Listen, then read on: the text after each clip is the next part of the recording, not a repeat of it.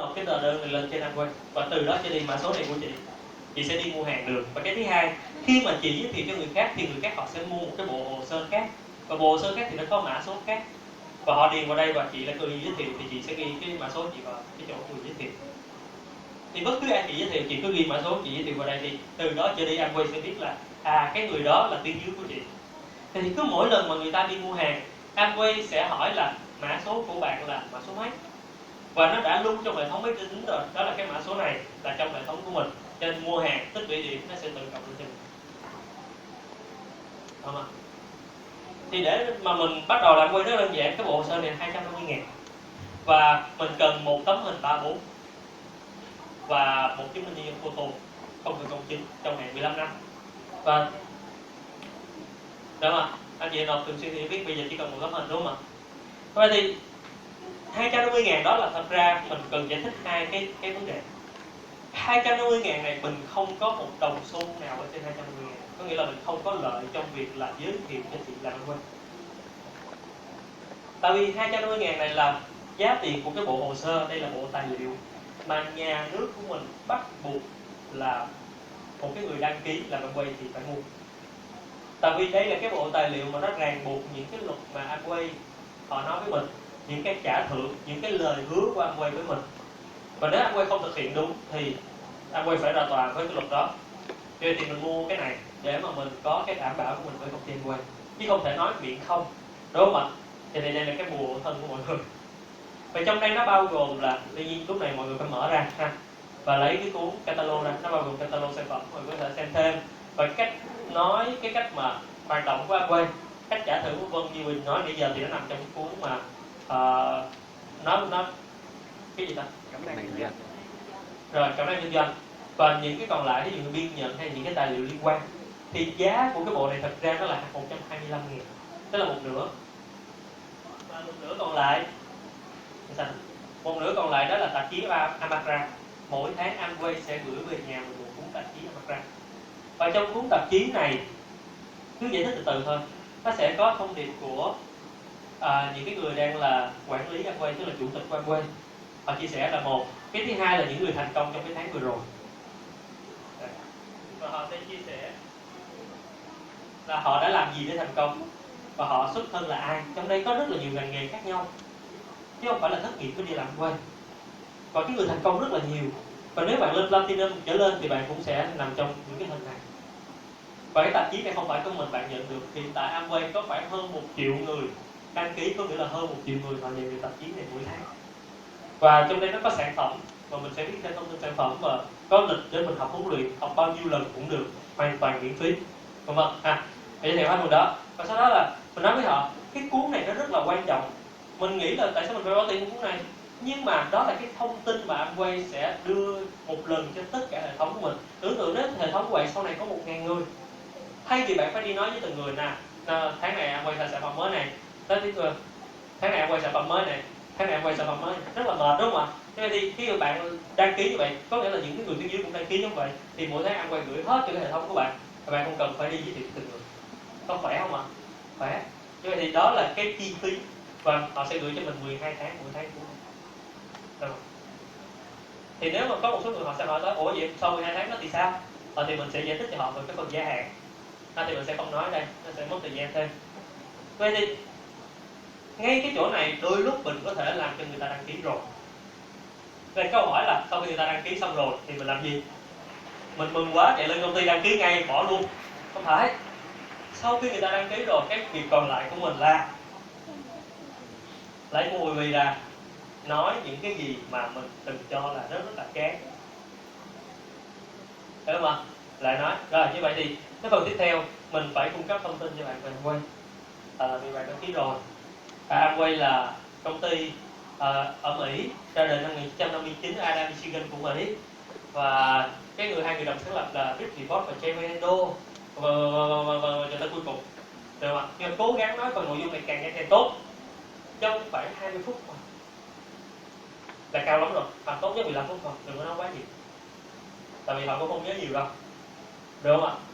Nhưng mà nếu chúng ta nói xong cái phần đăng ký mà họ chưa đăng ký, hoặc là khi chúng ta nói xong phần này họ có thắc mắc gì không, họ nói với mình là ủa nhưng mà Sản phẩm Amway mắc lắm, thấy không ạ? Họ có thể hỏi là ủa nhưng mà sản phẩm Amway là nó làm sao tôi bán được? Thì những câu hỏi liên quan tới sản phẩm như vậy thì cái bước tiếp theo chúng ta phải làm là minh họa sản phẩm, đúng không ạ? Cho dù là họ đã đăng ký rồi và chúng ta giải thích Amway thì cũng phải minh họa sản phẩm, đó là điều bắt buộc. Chẳng qua là mình thay đổi trình tự tí xíu thôi. Như mình nói, đăng ký càng sớm càng tốt, cho đăng ký đã rồi tính sau. Nhưng mà nếu chưa đăng ký thì minh họa sản phẩm, đúng không ạ? Vậy thì họ nói là ủa nhưng mà cái chia thưởng thì sao, chia tiền sao? Thì nói gì ạ? Cách tính điểm. Amway tính điểm vậy nè. Nhưng mà họ nói là ủa như vậy thì nếu mà tất cả những cái người đó mà cộng tiền lên cho tôi hết, vậy thì tôi cũng cộng tiền lên cho ai đó, vậy thì nó không công bằng thì sao? Thì mình phải giải thích công bằng. Thì nó cũng quay lại cách tính điểm, rồi mới giải thích platinum là gì, emerald là gì, kim cương là gì, vân vân. Được không ạ? Nhưng ít nhất bảo trợ được hay không nó cũng không quan trọng, nhưng mà mọi người biết là mình đang nói chính xác tới đâu và người ta có trao đổi lại với mình.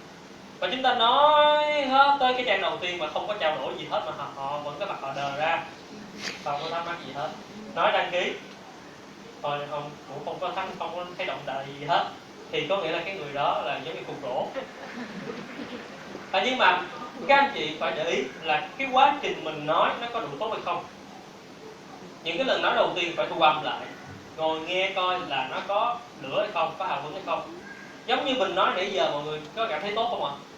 Tốt, mọi người cảm thấy hiểu. Nhưng chúng ta nhìn vào người ta thấy người ta không hiểu, nó có hai lý do. Một là người ta không muốn hiểu, người ta không muốn nghe, hoặc là người ta nghe mình nói là không hiểu, đó là lý do thứ hai. Cho phải đảm bảo mình nói người ta hiểu đã. Còn người ta không muốn hiểu thì đó là chuyện khác, được không? Vậy thì cái trang tiếp theo mình sẽ làm gì? Nhờ Hoàng lo bản gì? Thật ra trang tiếp theo là cái phần mà người ta không có động đậy gì hết. Có thắc mắc gì không? Không. Vậy đây là cái bộ hồ sơ đăng ký. Mọi người rất đơn giản, đăng ký rất là nhanh. Ok, vậy thì hợp tác với mình nha. Để mình suy nghĩ lại đã. Sẽ có trường hợp vậy đúng không ạ? Đó là trường hợp mà nó không tốt nhất mà chúng ta đang gặp. Vậy thì ok, không sao cả. Để mà bạn suy nghĩ tốt hơn thì đây là cái phần sau, nó có một cái trang giấy nữa tôi sẽ nói. Amway thật ra là kinh doanh nó rất là minh bạch và công bằng. Thì mình sẽ phân tích cho họ kinh doanh truyền thông và kinh doanh Amway. Và mình sẽ nhanh cái phần này thôi, nhưng mà đây là cái phần mọi người phải nói, được không ạ? Và cái phần mà thường xuyên mình được nghe rồi và được mình cũng trình bày nhiều lần rồi, thì mọi người có thể trình bày lại. Đó là kinh doanh truyền thống so với kinh doanh Amway có gì khác nhau, để cho họ thấy là kinh doanh truyền thống với Amway là giống nhau như nhau thôi, không có gì khác hết, rất là bình thường. Và như vậy thì 50% mà Amway chia cho nhà phân phối nó sẽ được chia thành 10 phần thu nhập. Nhưng mà hôm nay mình chỉ trình bày cho bạn 2 phần thu nhập cơ bản thôi. Thứ nhất là hoa hồng bán lẻ 15%. Rồi, hoa hồng bán lẻ là sao? Amway bán trực tiếp cho người nhà phân phối là những người có thẻ, giá gốc là 100, thì nhà phân phối này có quyền bán cho khách hàng là những người không có thẻ, giá 115. Có nghĩa là 15% mình sẽ lấy trực tiếp từ khách hàng. Tại vì khách hàng họ tới Amway mua hàng, Amway không bán. Thì chỉ có cách duy nhất để người ta có thể trực tiếp tới Amway mua hàng với giá gốc này, đó là đăng ký trở thành nhà phân phối. Và đăng ký trở thành nhà phân phối thì chúng ta sẽ có cái phần thứ hai, đó gọi là hoa hồng thành tích,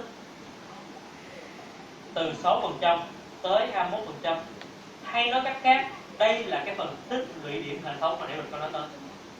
Được không? Chúng ta phải nói thêm câu đó để người ta nhớ lại. Vậy thì thông thường mình trình bày cái phần tính điểm nó có 2 bước thôi. Thật ra mọi người có thể trình bày từ tính điểm theo tuyến trên của mình ha, theo cái người mà bên nhóm, ví dụ nhóm họ thì trình bày theo vậy hay gì đó cũng được, miễn sao ta hiểu là được rồi, không cần thiết tiêu mình. Nhưng mà thông thường mình trình bày là nó 2 bước thôi. Còn phải viết ra 600 điểm là 6%, 1.200 điểm 9%, 2.400 12%. Lưu ý ha, anh chị nào mới luôn luôn phải vừa viết và vừa đọc để chúng ta nhớ nó thật là nhanh. Anh chị nói khoảng 2-3 cái UI là anh chị đã nhớ cái bảng này rồi. Đây là bảng phụ chương của Amway, đây chắc là phụ chương thôi, có 6 cái thôi. 4.000 đó là 15%, 7.000 là 18%, và 10.000 trở lên là 21%. Thì cái bảng này thực ra nó có hai cách nhớ. Cách nhớ thứ nhất đó là 6% tới 21%, thì bên phải của mình nó luôn tăng 3, 6, 9, 12, 15, 18, 21 rồi mà. Còn bên trái của mình đó là bắt đầu là 600 điểm, thì sau đó là gấp đôi 600, 1000, 2000, 4000, ba cái còn lại là 4, 7, 10. Đây là cách nhớ thứ nhất. Cách nhớ thứ hai là DOV nhiều sẽ nhớ. Và mình nhớ là nhớ cách nhớ thứ hai, chứ đó mình không được học theo cách nhớ kia. Mình DOV nhiều tự nhiên nhớ. Và một điểm của mình đó là 25.200 đồng, nhưng mà anh chị có thể ghi 25.000 cũng được cho nó chắc.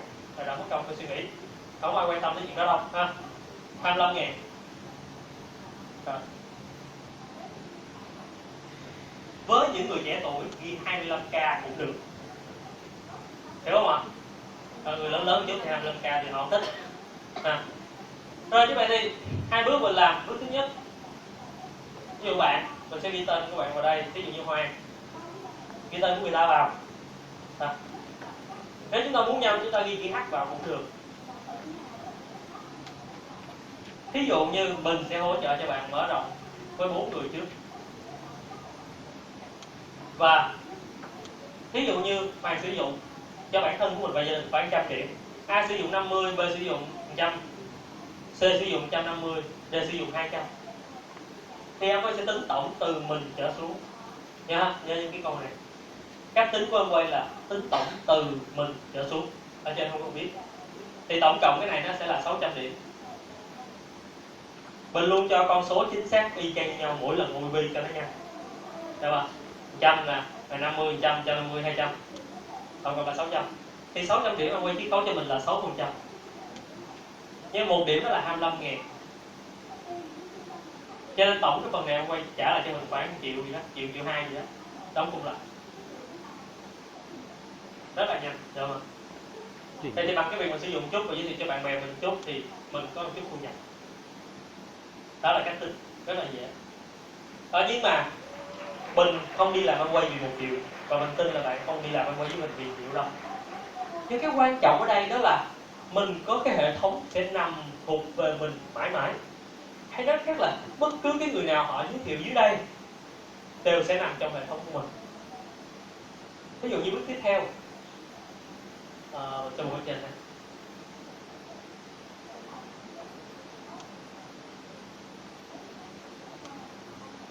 Bước tiếp theo có nghĩa là có thể sau vài tháng, mình hay 3 chấm như vậy. Sau vài tháng, đây là Hoàng. Và A, B, C, D, tại vì họ nằm với mình mãi mãi mà. Và ví dụ mình thêm E nữa, mình bắt đầu thêm E, ví dụ vậy. Và A, họ bắt đầu tập làm giống mình ở cái bước trước. Họ mở rộng cho khoảng 4 người và họ đạt được 700 điểm. Mình làm được 600, họ làm được 700, nó cũng mua bao nhiêu, ví dụ vậy. Và bản thân mình tháng đó mình cứ xài 100 điểm. Mình cứ nói với họ, thật ra quay không có bắt mình phải mua sản phẩm, cho nên cái này mình chỉ ghi để tính điểm thôi. B, ví dụ B cũng có rất là nhiều người trong nhóm, và tổng cộng nhóm B là lên tới 1.300 điểm. C, rất là nhiều người trong nhóm, tổng cộng lên 2.500. D, rất nhiều người trong nhóm, tổng cộng lên 4.100. Và E, tổng cộng lên là 7.100. Tại sao mình cho mấy con số này? Tại vì mình cứ cho trên 1.100, cho này trên trăm, được không ạ? Và như vậy thì mỗi nhóm họ sẽ có cấp bậc. Vậy thì cách tính trong trường hợp này họ tính như thế nào? Đương nhiên ban đầu cũng là tính tổng từ mình trở xuống. Và mình sẽ tính rất là nhanh. 700 cộng 1.300, 2.000, 4.500, 8.600, 15.700, 15.800 điểm. Tại sao nhanh như vậy? Tại vì lần nào nó cũng y chang con số này thôi. Cho nó đỡ mất công, mất thời gian, và bấm máy tính rất là mệt, đúng không ạ? Cứ nhớ y chang số này là được. Hoặc là mọi người không thích số này, mọi người có thể đổi số khác, nhưng mà cứ nhớ y chang con số đó là được. Đỡ mất thời gian.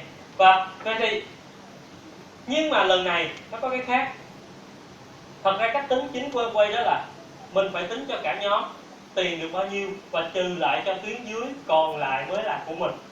Thuộc cô này ha. Cách tính của quay là tính cho cả nhóm và trả cho người dưới trước còn lại mới là của mình. Như vậy nó mới công bằng. Tức là người trả cho người dưới trước tiền nó công bằng hơn, người ta không bị lợi dụng. Và như vậy thì tại sao tháng trước mình không trừ ai hết? Rất là đơn giản là tại vì tháng trước mấy người này họ chưa tới 600 điểm, có nghĩa là họ chưa có tiền. Nhưng bây giờ nhóm của họ đã trên 600 điểm, có nghĩa họ bắt đầu có tiền rồi thì phải trừ lại cho họ. Vậy thì đầu tiên tính cho cả nhóm 15.800 nhân với lại 21%, tại vì nó trên 10.000 điểm. và nhân với lại 25.000, tại vì 1 điểm là 25.000, có nghĩa là trả lại cho nhóm Amway, trả cho nhóm khoảng 70 triệu. Cứ nói khoảng, không cần phải bấm máy tính số gì hết. Có thể anh chị bấm lên đầu cũng được, cứ nhớ số nó khoảng thôi, đừng có nhớ số lẻ. Vậy thì trừ cho nhóm có nghĩa là trừ cho A, trừ cho B, trừ cho C, trừ cho D, trừ cho E. A là 700 nhân với lại 6% nhân với lại 25.000, tại vì 700 trên 600 cho nên nó là 6%. Và dưới 1.200 đúng không ạ?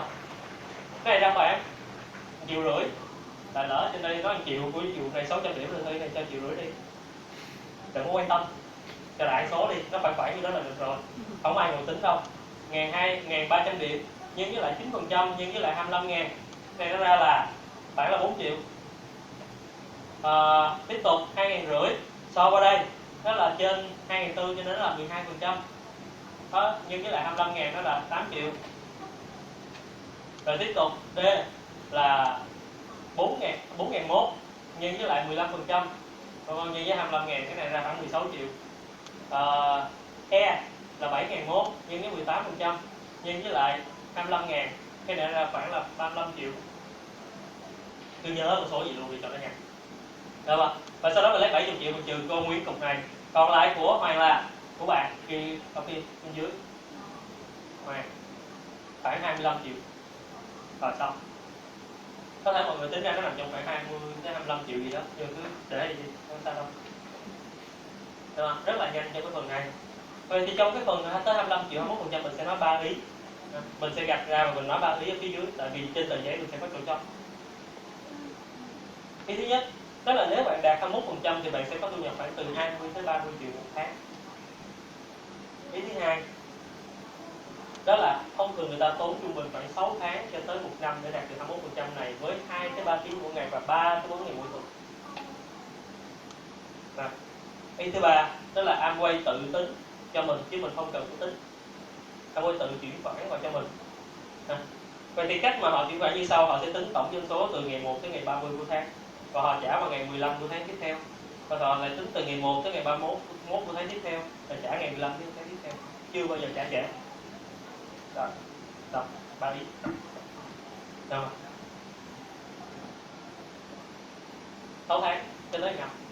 Trung bình có những người 1-2 tháng còn lên rồi, có những người 1 tháng 1 năm rưỡi, giống như mình là tốn 1 năm rưỡi. Vậy thì sau đó phân tích điểm tới đây là ok. Vậy thông thường là mình phân tích điểm tới đây thì nó hết cái trang giấy thứ hai.